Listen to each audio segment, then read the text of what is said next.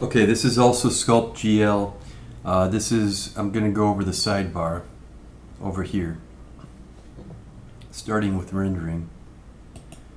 And rendering is basically, it seems to be the material and aspects of the material.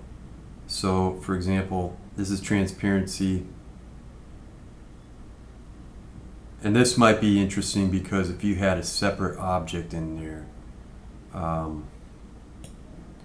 let's find out. Let's add a sphere. Let's scale that down. Outer ring. So we're clicked on the outside sphere, and if we didn't have the transparency, for example, we don't really know that there's another sphere inside that. So by having that to dial down, we can go make that outside one transparent, and then we see that there's another sphere in there that I can't seem to click on. So that's why transparency might be interesting. Is it because of, let's see.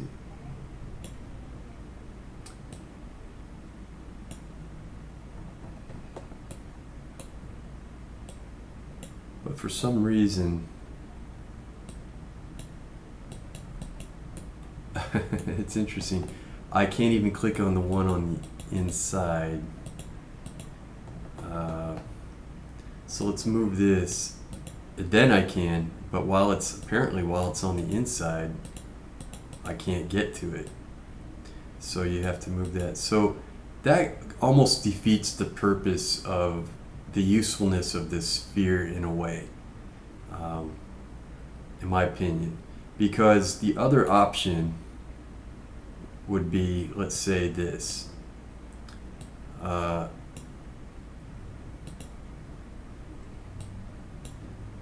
Alright, so I have this sphere. Is there anything inside it? I don't know. Let's find out. Oh, there it is. So, making this invisible, I mean, it might be interesting. I don't know. It's probably good for other things. But I just showed you, it's probably not something I would probably use too much, but you might use it for an image. You might be, say if you have your background and you import the stupid background here. Let's make something more fun. Oh, that's pretty scary. Alright, so you could have your sculpture be ghost-like in front of that image. You could have certain kind of transparency. You could still see your background through that. I wish this was a better example for you, but I think you get the idea. Say this was a bat or something like that, a vampire bat, and flying in front of this scary background. You could still see this through the bat. So it's it's an interesting thing. You just have to kind of be aware that it's there, and then maybe you have an idea for it. Wireframe is important. Sometimes you need to see what your mesh looks like, what the resolution is. And so that's something you may use from time to time, but it's in the rendering. So I'm going to also show you how to import a material. Before I do that, let's go over, these are the materials that they give to you. Not a lot, but you can work with it.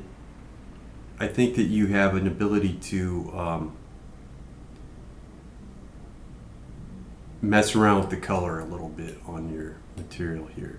You can see that it's, I think it was changing the color. I don't know. I'm not going to get into that too much. But it does give you this, and you can adjust it. There's ways to adjust it. But you can import your own material too. So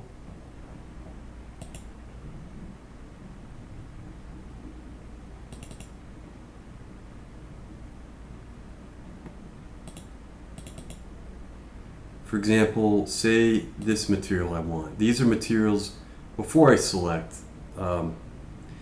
These are basically what I've gone online and I've looked for. Like, this is a billiard ball.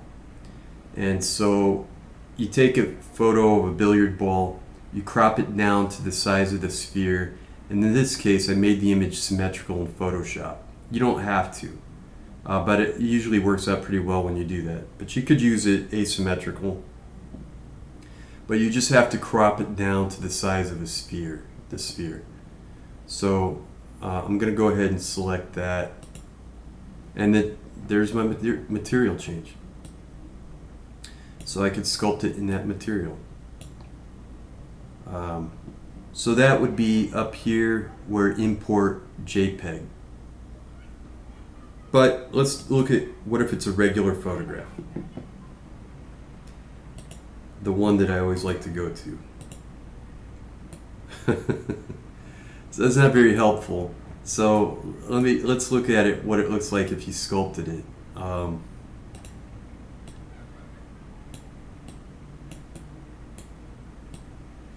So at that point it becomes like a highly reflective, it's a mirror.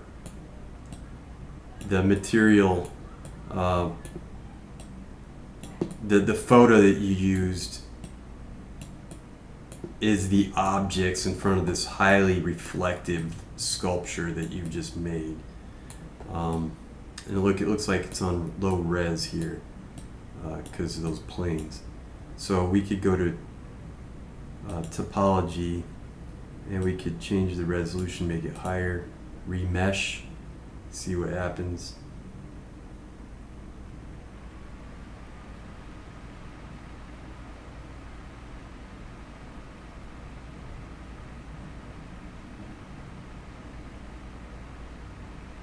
There, it did it. Wow, so it did some really weird stuff to the all these. Let's look at what the wireframe tells us it's doing. Well, it's high res, you know. But anyway, so yeah, even the most ridiculous photograph that's not particularly material has some kind of use. You could see this object, but you could see that it's just reflecting that pottery all over the surface of it. So anyway, that's